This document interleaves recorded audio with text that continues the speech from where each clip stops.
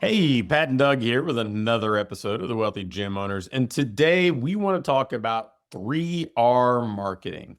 I think this is a phrase our clients hear a lot, but we want to unpack this because I think in the marketing world, a lot of people get caught up in offers, they get caught up in ads. They're inundated with talk of funnels and landing pages and all that. And really, a lot of what we talk about internally is this 3R approach. And today sound like a good day to unpack it. So, Doug, get us going.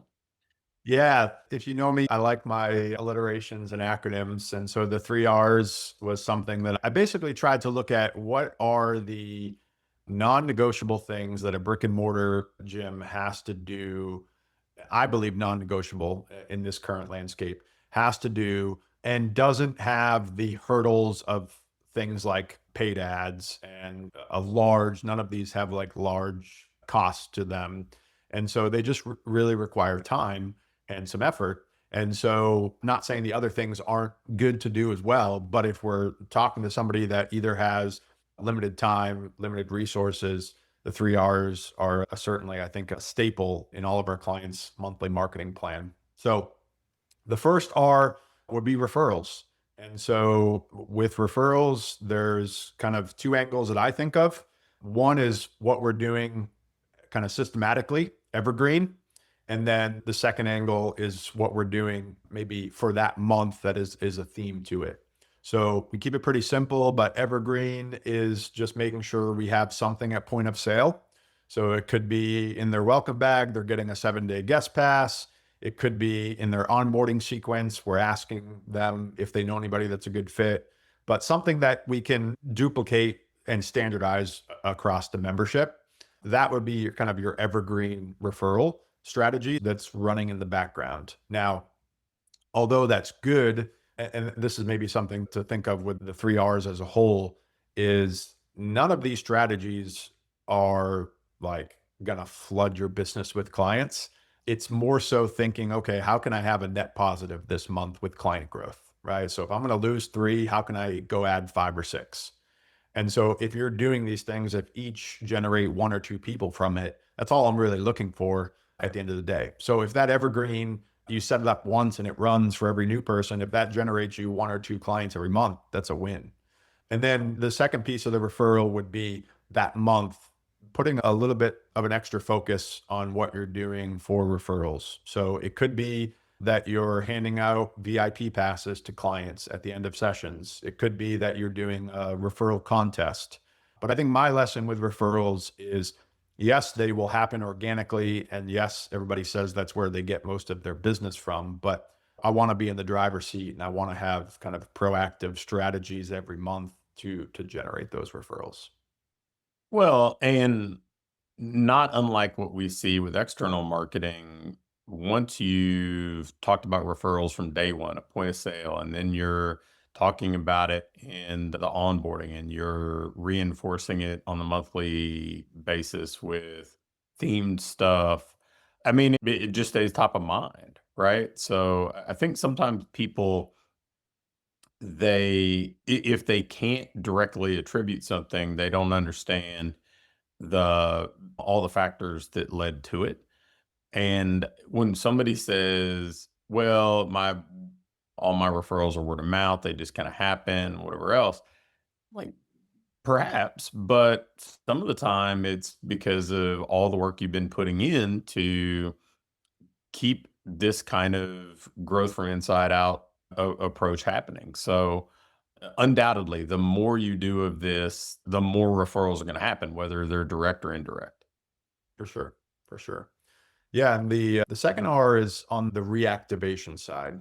And this is, I would say, probably from a like obviously there's no capital to reaching out to former clients. When I say there's no monetary expense, I would say aside from paid ads, this is probably the most fruitful strategy that we have in place every month. And some of that is just with a lot of our clients, they've been in business for several years. And so I certainly would make sure that reactivations are a play that we have every month. But it's certainly also tied to how long you've been in business, right? And how many former clients you do have. former trials, former clients. So that would be step one for the second R with reactivations is I would want to make sure that we have a segmented list of those people, right? For both text and email reach out, a list of people that have been in your building and experienced what you do, but are not currently active. How we speak to those people is different than somebody who's never been in my doors before, right? And so with the reactivation stuff, I think starting with the segment of just making sure, like we just call it our alumni list, but just making sure that we have a list of everybody that's been in our doors that experience what we do, knowing that fortunately in our business, most people that leave don't leave due to poor service, right? It's not that they had a bad experience. That I'm sure that happens, and it probably happens without us even noticing. But the far majority of people leave due to life circumstances, right? Schedule changes, financial, medical, what have you. And so all of those scenarios are going to change at some point in the future, right? Hopefully for their sake. And so if we can stay reconnected with them and have the ability to contact them in the future, there's a strong chance that we can get them back in the door. Yeah, I think when people make that kind of mental shift from reactivation to reconnection, they do so much better with this because when they think in terms of just a traditional reactivation stuff they see anywhere else, everybody has a campaign that, oh, send this out where you're essentially just offering a some sort of membership. Maybe there's an incentive attached to it to somebody who used to be here, which it can be effective, but it's not nearly as effective as staying reconnected, making people feel like they're still a part of your community, they're still welcome, they're still cared about because that frankly that just doesn't happen a whole lot with business in general and maybe that doesn't happen for a whole lot of people in general, right? So feeling connected, it's really disarming, right? Because you sometimes you leave and you're a little sheepish about wanting to come back because you're like, well, how are they going to feel about this? Or are they mad at me because I left or something like this? But if you're the one taking the first step and making sure that relationship is strong and they feel welcome and they feel connected, I mean, it's an easy next step for them because they've already been there and all the things that they may fear about going to a new place, they don't have those fears about. This is comfortable to them, right? So if you're not just staying connected or reconnecting with former clients or former trials, man, you want to talk about a golden opportunity. If you've got any sort of database, if you've been in business for any period of time, that is just an untapped gold mine. For sure. And we always found it helpful, depending upon the stage of business you're in. This is a great metric to have your coaches have something tied to it for. So maybe you set a goal for them to reconnect with X number of clients. Now, how they reconnect shouldn't be systemized, but it's one of those, this definitely falls into that category of the most impactful strategies are going to be the ones that are the least systemized or least scalable, right? You mentioned any franchise, any big corporation has a list of former buyers, former contacts, and they can send out a mass campaign and offer somebody a special. And again, those can certainly work. And we can certainly maybe have certain seasons throughout the year where we do that. However, if you have the bandwidth and you're looking to grow the one-on-one personal outreach, and frankly, the outreach is often like we coach our coaches to make it nothing about fitness, nothing about the gym. And it's more just reconnecting. Maybe they saw something on social. That's one of the benefits we have is most of these people, we're still digitally connected with them on social. So maybe we see that their daughter graduated from college. So we send them a little text to say, hey, congrats on that or whatever, right? It's oftentimes, I think we forget that they know who you are and they know that you have a gym. So we don't need to remind them of that. We just need to reach out and genuinely see how life is going. And sometimes that leads to, yeah, I need to get back in the door and we can extend that invite. Sometimes it doesn't lead to anything else, but that's totally fine. And I think is still beneficial long term for the community. All right. Well, we've touched on two of the three R's. So let's dig into the third R. So the third one is your community relationships and figuring out a way to build the connection with the other small businesses that you have in town. And this one, I think, is certainly beneficial. We wouldn't be talking about it if it wasn't. And it's the one that probably feels the most awkward for people because they're dealing with the public and they're dealing with businesses that sometimes don't want to be bothered. And there's certainly a level of rejection that can happen that sometimes slow people down. However, framework that I would go into the relationship piece out in your community with is the gift idea, right? Most people that interrupt, if you know that if you have that salesperson that walks in your door, they're usually asking for something, right? They're usually asking for your business or they're offering to do something that it doesn't feel like a gift, right? Whether we're talking strategies like going in and giving gift cards to the employees or anything like that, I want it to very much feel like a gift. And so that's where things like having gift cards, having trial passes, we coach our gym owners to make up little gift baskets with some grab and go snacks in it. And, just dropping that off, basically, I think of just playing Santa Claus, like going in and dropping off the gift, just really trying to be the nice guy in town and getting as much of those gifts out there in the community, I think is a really powerful strategy rather than trying to go in as much as if you're listening to this podcast, you're the type of owner that is like, okay, how can I grow and how can I add more and how can I JV with these people? The reality is like Susie, who owns the coffee shop, is not thinking about JVing with other business. She's just working her cash register at her coffee shop.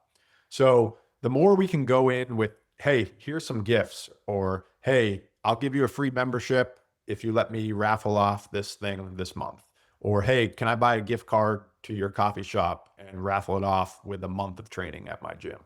Anything that's more of a gift based is certainly very helpful as a strategy. The other strategy that it's not new, but we've put a bigger focus on it recently, and it's shown to be beneficial, is looking at the people that you do get referrals from. I'm thinking your kind of your medical network of people, right? Your therapists, et cetera, and inviting them in to do some type of workshop and putting them on the pedestal. So rather than saying, hey, how can I go JV with you? Or how can you send me clients? Or how can I send you clients? Literally just inviting them in, even if you have to pay them, but inviting them in to come and speak with your team. The team, I will say, is we're seeing that as more beneficial than actually doing a client workshop. Not to say the client workshop also couldn't work, but if you have a two, three, four trainers on your team, getting the therapist or fill in the blank medical practitioner to come and speak to your team, super beneficial because one, they feel good about it because they got invited to speak. They get to showcase their expertise. Two, your team gets education. But three, the real benefit is rather than having it feel like this big structured JV relationship where we're going to track referrals and we're going to have this systematic way to refer people, just by them being in your space, they're naturally going to be more comfortable understanding what you do and referring people. So that has been a very solid strategy for a lot of our clients recently.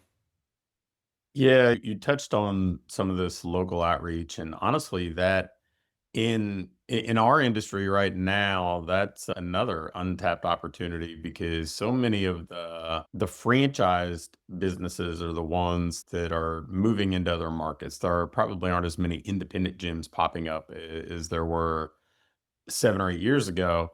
And they have systems that are often built on these really scalable digital approaches that they can, in many ways, choreograph at the corporate level.